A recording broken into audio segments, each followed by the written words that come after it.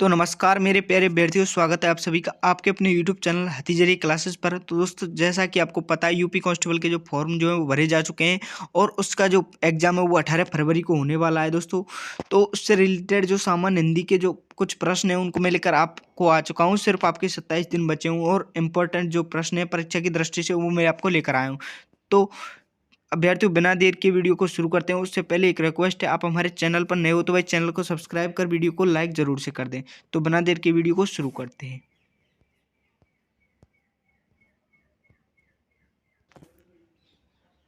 तो भाई इस क्लास का हमारा पहला जो प्रश्न है वो कुछ इस प्रकार से रहने वाला है कि धीरे धीरे में कौन सा समास है। आपका ऑप्शन है वो जगह द्वंद्व, ऑप्शन बी है वो जगह अव्ययीभाव, ऑप्शन सी है वो जगह कर्मधारय और ऑप्शन जो डी है वो जगह द्विगु। तो भाई धीरे धीरे में कौन सा समास है, तो आपका ऑप्शन जो बी है बिल्कुल राइट हो जाएगा, क्योंकि बार बार आवृत्ति हो रही है धीरे धीरे शब्द की, तो अव्ययीभाव समास हो जाएगा। ऑप्शन जो क्वेश्चन नंबर जो 2 है वो हो जाएगा आंख ना दीदा काढ़े कसीदा। लोकार्थी का जो क्या है वो अर्थ बताइए। तो ऑप्शन है वो जगह बहुत निपुण पन्ना, ऑप्शन बी है वो जगह साधन न होने पर भी काम कर लेना, ऑप्शन जो सी है वो जगह सर्वथा और अयोग्य, और ऑप्शन जो डी है वो जगह योग्यता न रहने पर भी काम करने की सेखी मारना। तो आंख ना दीदा काढ़े कसीदे, जो लोकार्थी का जो अर्थ है वो आपका ऑप्शन जो डी है बिल्कुल राइट हो जाएगा। योग्यता न रहने पर भी काम करने की सेखी मारना क्या है, आंख न दीदा काढ़े कसीदा लोकार्थी का अर्थ माना गया है। क्वेश्चन अगला जो तीसरा है वो सेम देखते हैं। वही मनुष्य है जो कि मनुष्य के लिए मरे, पंक्ति में कौन सा अलंकार है। तो ऑप्शन है वो जगह अनुप्रास, ऑप्शन बी है वो जगह यमक, ऑप्शन जो सी है वो जगह श्लेष और ऑप्शन जो डी है वो जगह रूपक। दोस्तों, वही मनुष्य है जो मनुष्य के लिए मरे, तो इसमें ऑप्शन जो है बिल्कुल राइट हो जाएगा, अनुप्रास अलंकार है दोस्तों। अगला जो क्वेश्चन है उसे नंबर का 4 नंबर का उसे हम देखते हैं।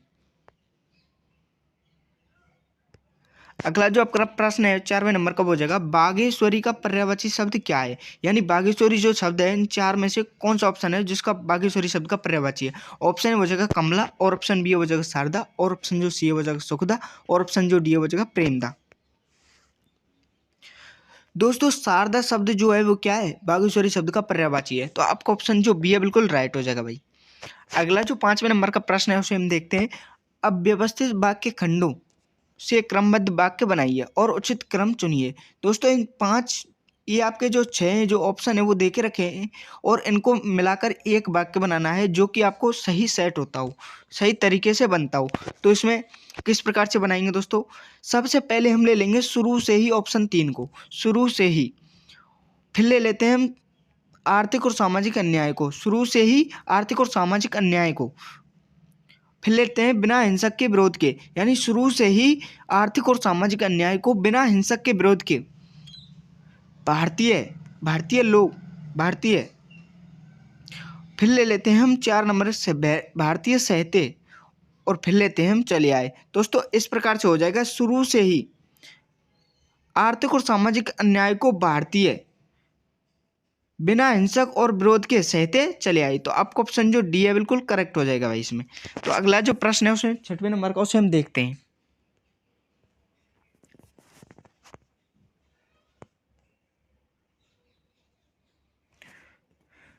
तो भाई 6वें नंबर का जो प्रश्न है वो जगह 3 बेर खाती थी, वे 3 बेर खाती थी, प्रयुक्त में कौन सा अलंकार है। तो ऑप्शन है वो जगह अनुप्रास, ऑप्शन बी हो जाएगा श्लेष, ऑप्शन जो सी है वो जाएगा यमक, और ऑप्शन जो डी है वो जगह अन्योक्ति। तो भाई इसमें कौन सा अलंकार है। दोस्तों, 3 बेर खाती थी, वे 3 बेर खाती थी, तो इसमें आपका जो यमक जो है वो अलंकार हो जाएगा। तो आपका ऑप्शन जो सी है बिल्कुल करेक्ट हो जाएगा भाई। अगला जो प्रश्न है उसे हम देखते हैं 7वें नंबर का। 7वें नंबर का जो प्रश्न है वो जगह विस्मय स्थायी भाव किस रस में होता है। ऑप्शन है वो जगह हास्य में, ऑप्शन बी है वो जगह शांत में, ऑप्शन जो सी है वो जगह अद्भुत में, और ऑप्शन जो डी वो जगह बीभत्स में। तो भाई विस्मय स्थायी भाव किस रस में होता है। दोस्तों, अद्भुत क्या है आपका इसमें राइट हो जाएगा ऑप्शन सी, क्योंकि विश्व में स्थायी भाव किस रस में होता है, अद्भुत में होता है। अगला जो प्रश्न है उसे हम देखते हैं। अगला जो प्रश्न है वो जगह यद्यपि मोहन धनी है तथापि बहुत दुखी है। यानी मोहन तो बहुत धनी है लेकिन वो फिर भी दुखी है। क्यों दुखी है दोस्तों, इसमें आपको बताना है कि यह कौन सा वाक्य है। ऑप्शन है वो जगह साधारण वाक्य है, ऑप्शन बी है वो संयुक्त वाक्य है, ऑप्शन जो सी है वो जगह मिश्र वाक्य है, और ऑप्शन जो डी है वो जगह उपरोक्त में से कोई नहीं। तो यद्यपि मोहन तो धनी है तथापि बहुत दुखी है, तो यह क्या दोस्तों आपका मिश्र वाक्य हो जाएगा। तो ऑप्शन जो सी है बिल्कुल करेक्ट हो जाएगा भाई। अगला जो प्रश्न है 9वें नंबर का, उसे हम देखते हैं। 9वें नंबर का जो प्रश्न है वो जगह जिसके बराबर कोई ना हो, जिसके बराबर कोई ना हो क्या है। ऑप्शन है वो जगह विलक्षण, ऑप्शन बी है वो जगह अनुपम, और ऑप्शन जो सी है वो जगह असाधारण, और ऑप्शन जो डी है वो जगह लोकातीत। तो भाई जिसके बराबर कोई ना हो उसे अनुपम कहते हैं, ऑप्शन बी है वो बिल्कुल राइट हो जाएगा भाई आपका। तो दोस्तों क्लास का हर एक प्रश्न बहुत महत्वपूर्ण है और आपको परीक्षा की दृष्टि से अत्यधिक महत्वपूर्ण है। तो भाई क्लास को पूरा देखें और एंड तक देखें, और वीडियो को कमेंट में बताएं कि वीडियो कैसा लगा, जिससे हम अगली क्लास लाइव से आएँ। अगला जो 10वें नंबर का प्रश्न है वो जगह जंगल में लगने वाली आग को क्या कहते हैं। ऑप्शन बी है वो जगह वनाग्नि, ऑप्शन बी है वो जगह दावा नल, ऑप्शन जो सी है वो जगह जठराग्नि, और ऑप्शन जो डी है वो जगह बड़बानल। तो आपका इसमें से 4 ऑप्शन में कौन सा क्वेश्चन राइट होगा दोस्तों। ऑप्शन जो बी है बिल्कुल राइट हो जाएगा। दावानल क्या है, जंगल में लगने वाली आग को क्या कहते हैं, दावानल कहते हैं। दोस्तों अगला जो प्रश्न है उसे हम देखते हैं 11वें नंबर का।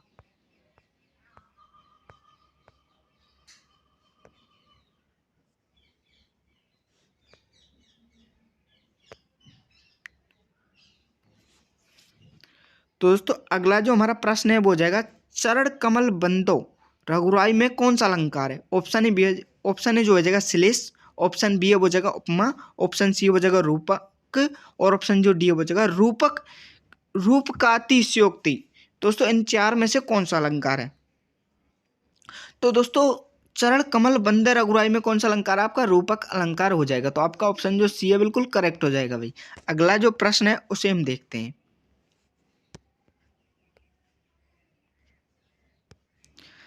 दोस्तों अगला जो 12वें नंबर का प्रश्न है वो हो जाएगा 3 लोक से मथुरा न्यारी का क्या अर्थ है। दोस्तों ऑप्शन है वो जगह तीनों लोकों में मथुरा ना होना, ऑप्शन बी है वो जगह सबसे निराला, और ऑप्शन जो सी है वो जगह मथुरा का बखान तीनों लोकों में है, ऑप्शन जो डी है वो जगह बहुत सुंदर मथुरा का होना।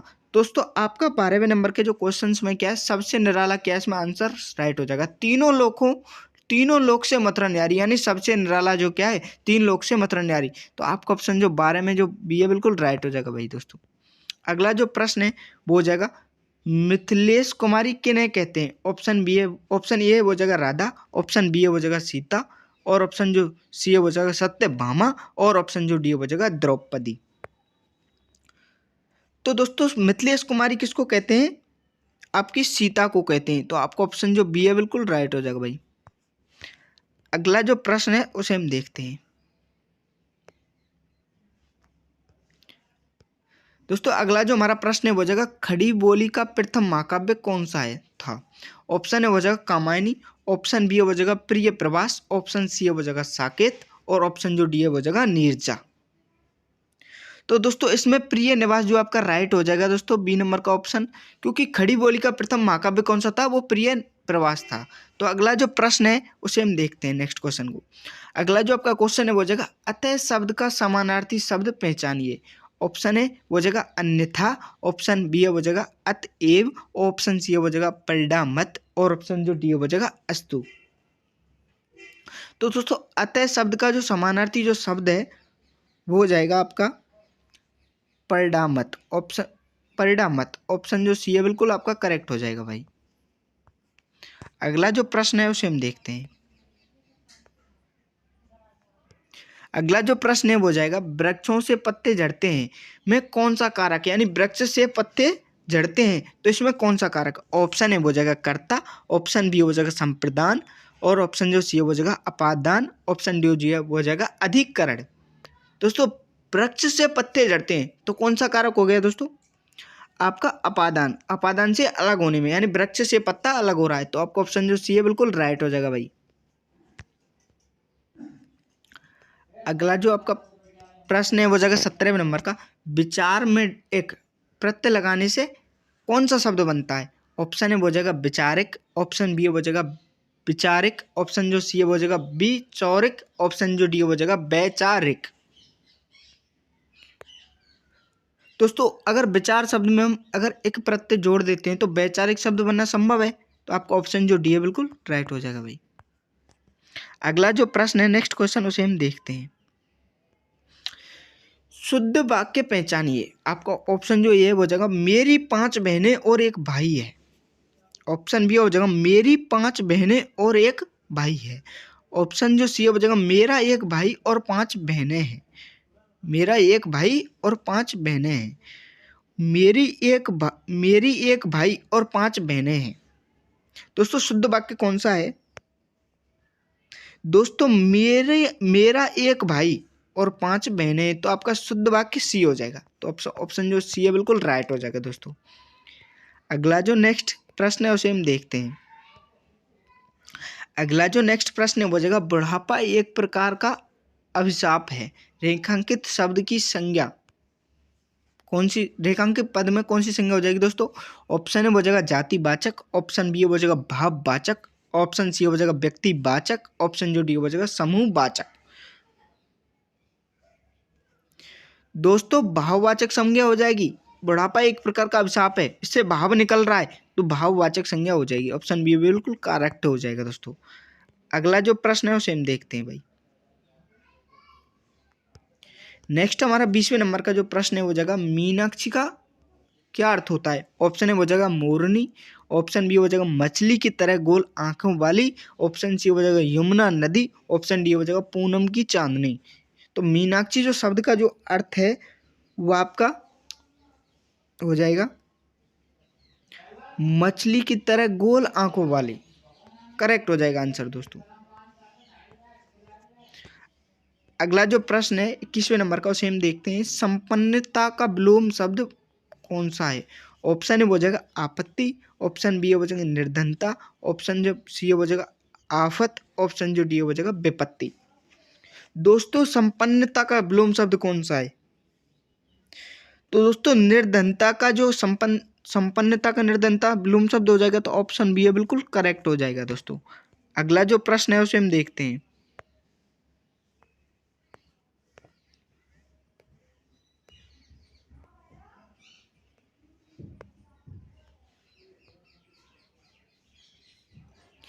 दोस्तों अगला जो 22वें नंबर का प्रश्न है वो जगह निम्न में से कौन सी अज्ञानी का पर्याय नहीं है? ऑप्शन जो ये हो जाएगा अज्ञ, ऑप्शन बी हो जाएगा विज्ञ, ऑप्शन जो सी हो जाएगा मूर्ख, और ऑप्शन जो डी हो जाएगा अनभिज्ञ। दोस्तों निम्न में से अज्ञानी का पर्याय नहीं है, क्वेश्चन पूछ रहा नहीं है, तो हमें जवाब देना है विज्ञ जो शब्द है वो अज्ञानी शब्द का पर्याय नहीं मिलेगा, नहीं मिल रहा है, और तो सभी मिल रहे हैं ना, तो इसलिए जैसे बी जो आपका ऑप्शन है वो राइट हो जाएगा। अगला जो प्रश्न है 23वें नंबर का, नेक्स्ट उसे हम देखते हैं भाई। 23वें नंबर का जो प्रश्न है वो जाएगा जैसा काम वैसा दाम।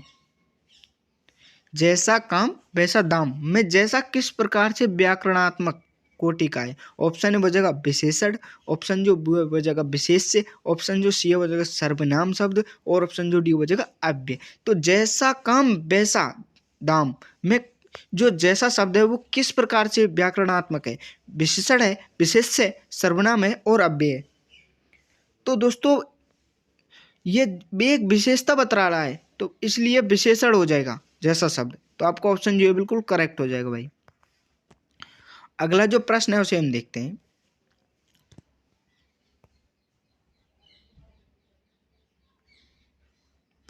अगला जो प्रश्न है वो जाएगा निम्न में से कौन सा लुटेरा शब्द में प्रयुक्त प्रत्यय है? ऑप्शन है वो जाएगा एरा, ऑप्शन बी है वो जाएगा रा, ऑप्शन जो सी है वो जाएगा आ, और ऑप्शन जो डी है वो जाएगा रा। दोस्तों लुटेरा शब्द में कौन सा प्रत्यय है? तो दोस्तों आपका ऑप्शन जो ये है बिल्कुल राइट हो जाएगा, एरा शब्द। अगर हम लुट शब्द में दोस्तों प्लस एरा जोड़ते हैं तो लुटेरा शब्द बन के आता है। तो आपको